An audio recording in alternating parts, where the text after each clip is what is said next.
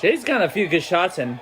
I mean, ooh, did he actually grapple him to the ground? That's illegal.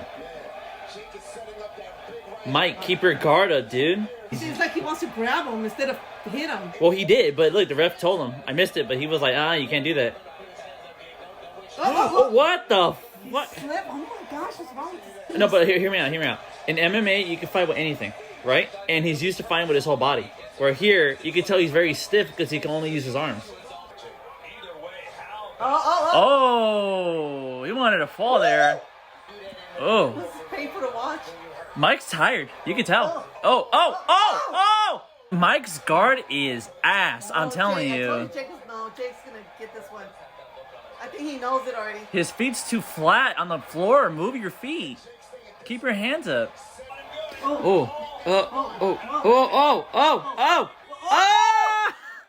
Gosh. Mike, stay down, man. Stay down, dude. Stay down. One more time. If that happens, up. Oh, he lost. He lost.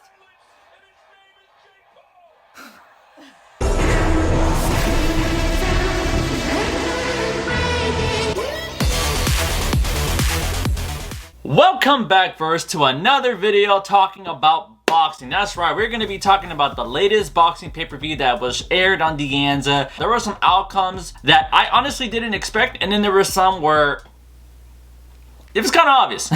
Just getting straight to it, right? There were 5 fights that happened in the latest fight card. I'm gonna be real with you. The first 2, I didn't really care too much about. You know, they were pretty much cruiser and lightweights, and I didn't really necessarily care for them. The last 3 were really entertaining. So first, let's talk about H2O versus Lucas. Now, H2O, I thought, had his match in the bag. He was clearly winning. He was clearly skillful. He was throwing out more punches, and yet somehow Lucas ended up giving him a KO. That was crazy. When he fell flat on his face to the point where he looked like he was kind of twitching, I was like, yo, I was like, where did that come from? It was really out of nowhere, but congratulations to Lucas, though. It goes to show, don't underestimate your opponents. And it's weird too, because at times Lucas looked like he wasn't having it. Like, they were barely only 6 rounds in when the KO happened, and a few times when they obviously show both corners talking to their fighters, on Lucas's side, right, the Canadian fighter, there was times where it looked like he wasn't really there. Like, his coach was like, can you hear me? Can you hear me? You're about to go. Can you hear me? You can hear me? You know, like, he kept saying that over and over, and I was like, oh, he about to, I give it like another round or 2. Like, there's no way he's gonna make it. He looks like he's out of it. And yet somehow a KO on H2O. And then let's talk about the Amanda Serrano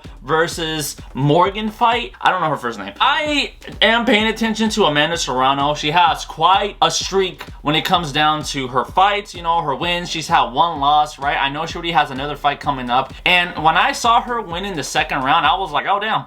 Well, you know, because let's be real, Amanda Serrano, she's pretty legit in what she does, right? She has a pretty great record, and it was kind of predictable too. I kind of expected a mandatory win. And then the main fight card. All right, this is what I wanted to talk about. So, as we all know, this date was supposed to be the main fight between Jake and Mike Tyson on Netflix. But where there's a pause there is the fact that Mike ended up having something happen to him to the point where he ended up becoming unavailable for the fight, right? He was going through something. I believe it had something to do with his health. I have to look into that. There was talks about the fight just being canceled, or if not canceled, delayed, which it is. It is delayed until, I believe, November, maybe October. I think it's November. And yeah, honestly, a lot of people weren't surprised because people were just like, that's odd. It's almost like Mike is in his 60s. It's like he has health problems going on. Like, really? What a shocker. You know, credit to Jake. You know, Jake could have easily just stopped the fight and been like, hey, you know, I could just use this opportunity to have more time to train. But instead, he found a substitute, which is Mike Perry. Now, putting Mike Tyson aside, I'm going to talk about Mike Perry. I didn't know much about Mike Perry. The only time I've seen Mike Perry was in the last Misfits boxing card when Logan was involved fighting Dylan Dennis, right? Because if Dylan Dennis didn't show up to the fight, then Mike Perry was supposed to take over just in case he didn't show up. And Dylan did, and we saw the outcome of that fight.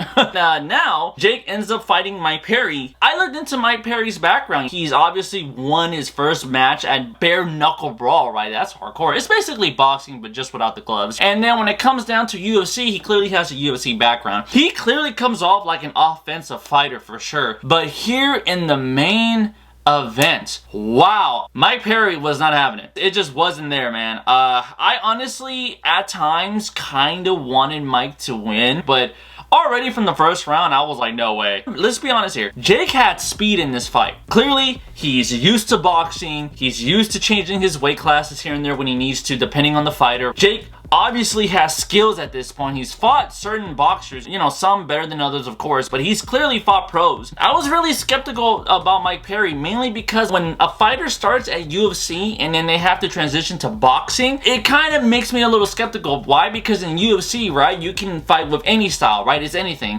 Where in boxing, it's mainly some footwork and your arms. You can't use your whole body weight. Well, depending. But the point is that in boxing, right, it's a different style than UFC. And I could tell Mike Perry was used to using his whole body because he was just too stiff. Mike Perry was just standing there at times, and when they were fighting, there was punches where I was like, Mike Perry could have easily blocked or guarded or avoided, which he did a few times. I'll give Mike that. He did avoided a few punches a few times, which were pretty impressive, but he kept getting hit so badly to the point where his eye almost got shut. And I was thinking, Mike, keep your hands up, but the whole entire time he kept going up to him like this, and then Jake will punch him and just more of this, and I'm thinking, keep your hands up.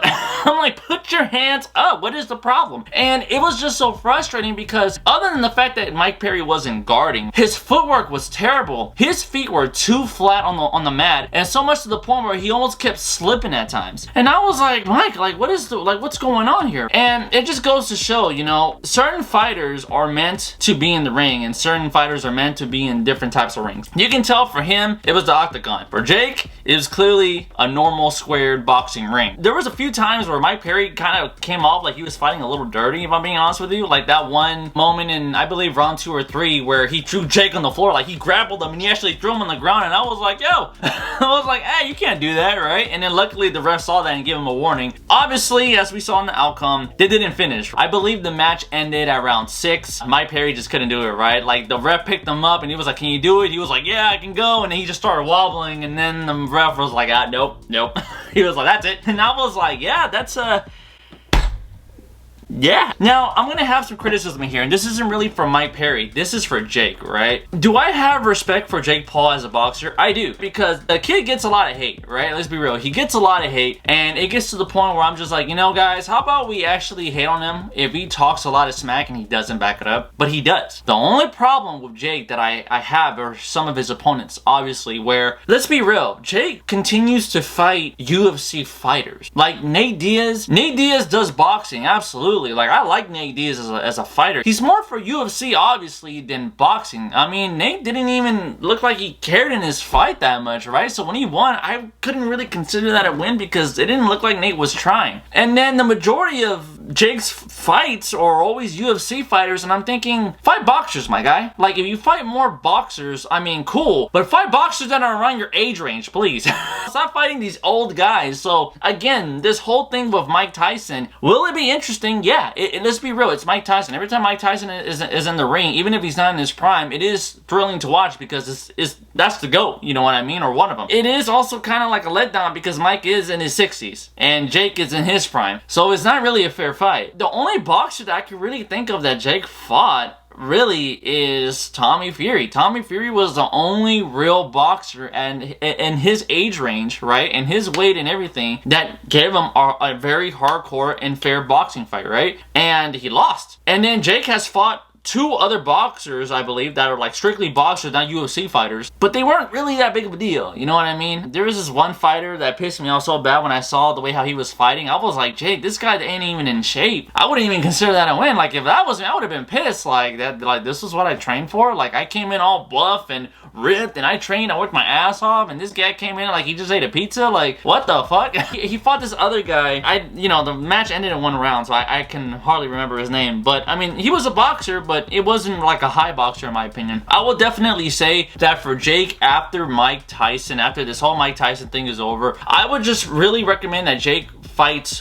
boxers. Now, there's obviously this huge thing where Jake has made it more than clear that he wants to fight Canelo, but I feel like you gotta earn Canelo, you know what I mean? Like, Canelo ain't no joke. Like, he is a hardcore boxer to go against, right? Like, he knows what he's doing. Like, boxing is his life. And if you want to fight Canelo, you gotta fight other boxers, not UFC fighters, boxers, my guy. So whenever he fights an opponent, especially after this match in particularly, like Mike Perry, and if it's a UFC fighter, I'm not gonna necessarily be as surprised as much, because I'm thinking, well, I mean, if the record is more in UFC in the octagon than it is in boxing, I mean, of course you're gonna have a better advantage, my guy. You gotta fight like a pro, like a hardcore pro boxer, you know what I mean? And when he fought Tommy Fury, of course there was criticism there, because Tommy is like a legit boxer, and he won. You know, it was a great fight. I mean, yeah, you know, between KSI and Jake, you know, Jake actually got him down, I mean, to the point where he fell back, and KSI didn't really do that. It was just a lot of clinching, right? So that's why there was so much criticism there. But regardless, first, let me know what you guys think. I would personally like to react to the fight as I talk to you about this, but the best I can do is show clips, because De Anza is crazy with copyright. It's crazy. So if I ever do react to a fight, I have to do it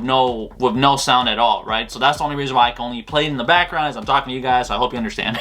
But regardless, though, the pay-per-view was great. I enjoyed it personally, you know, and props to Mike. Mike can take a hit. Props to Mike Perry. I look forward to seeing him in the octagon, but in boxing, like, who knows, you know, or bare knuckle. He definitely got it in bare knuckle, but here, it just wasn't there. You could tell he's too much of an offensive fighter, and he needs to work on his defense. He has to. You gotta work on your defense, my guy. You can't have offense without defense. You can't have too much defense without some offense. You gotta do something. You know what I mean? That was just my perspective. That's just what I saw. That's what I liked. Let me know what you guys think. You know, were you guys rooting for Mike Perry? Were you guys rooting for Jake? And I want to be real. They showed a lot of people betted on Mike Perry to win, and you could tell last night people lost a lot of money. So I'm just saying, I'm just putting that out there. Thank you so much for watching. Let me know what you guys think in the comment section. I'd be happy to read in here. So if you like what you saw, do me a favor, hit the like button, subscribe, hit the notification for more content as always. Look forward to the next video verse, and with that said, I'll see you next time. Later, verse.